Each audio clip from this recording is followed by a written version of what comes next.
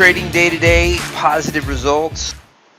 We are up today 6,700 on the 250K portfolio in live trading, and up 1150 in the 50K portfolio. Had a platform crash when I switched to another computer, logged into my dedicated server from another computer. The resizing of the resolution caused that crash, I've learned. So that's one of the things that can happen if you log into a different computer, or if you log into your dedicated server from a different computer with a different resolution.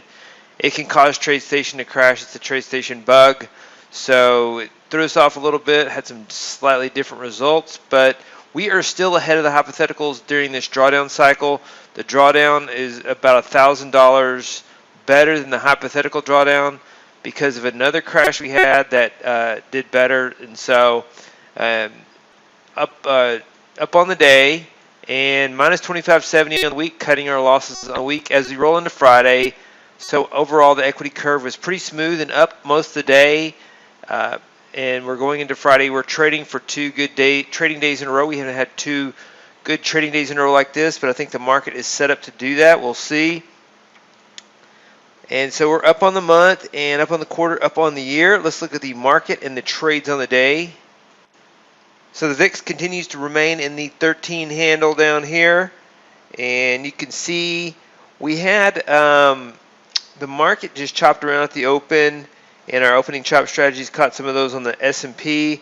Then it rallied. Then it gave back 50% of the day's range.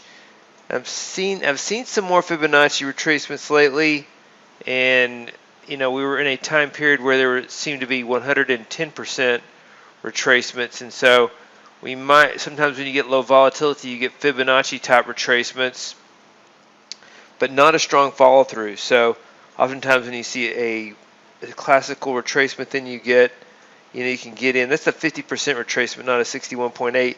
And I don't trade Fibonacci retracements. My strategies don't trade it, but it's something to observe.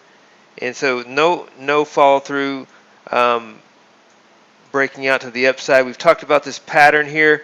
We are long at the end of the day, and the market won't follow through. And so if it followed through, we get better gains. And so oftentimes we're going to end up seeing that pattern overnight or the next day. And so we are set up. The market sold off pretty good yesterday, and then just foiled that sell-off today. Just slowly took a lot of those losses back. That 14,500 level was kind of a support. And then it turned out to be kind of a resistance area, even though it traded above it. And so we came into this area along at the end of the day.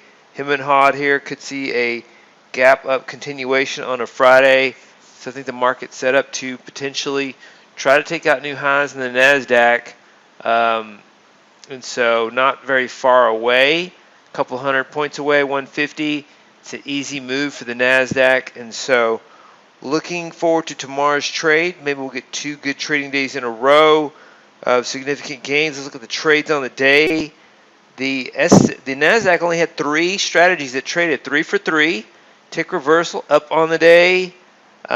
Momentum reversal is the strategy of the week so far, with yesterday's short and today's long. It had two other losing days this week, but yesterday's short and today's long trading system of the week so far. Zigzag went 3 for 3 today, so all three strategies that traded today in the Nasdaq were profitable, so that was good. We've had a low winning percentage recently with all the chop, and in the S&P there was plus 475 on gap fill. Momentum reversal also profitable, not as much on the S&P, but S&P trading up to the 4,300 level almost. Plus 637.50. Tick count trend down on the day. It was down minus 737.50. Tick fader up on the day. Opening chops, those were up on the day. Having a good month so far after being some of the worst performers last month. So only one strategy lost in today's trade, and that was tick count trend. So we had 1, 2, 3, 4, 5, 6. We were 5 for 6 in the S&P and 3 for 3 in the Nasdaq. Overall, really good trading days. We roll into Friday, try to work off some of that drawdown, get one of those. Be good to have one of those big 20K days and end up at equity peaks, if we can get that, tomorrow. So we'll see if that follows through, if the market is favorable for that or not, or if it will just be a Friday where the market goes sideways. So looking forward to tomorrow's trade. Those are the trades on the day for Thursday, June 8th, 2023. Hey, David Bean here. Welcome to Capstone Trading Systems YouTube page. Be sure to subscribe to join our community of algorithmic traders. We are real money traders. We share our winning streaks, we share our losing streaks, as well as market updates, strategies, and coding tips.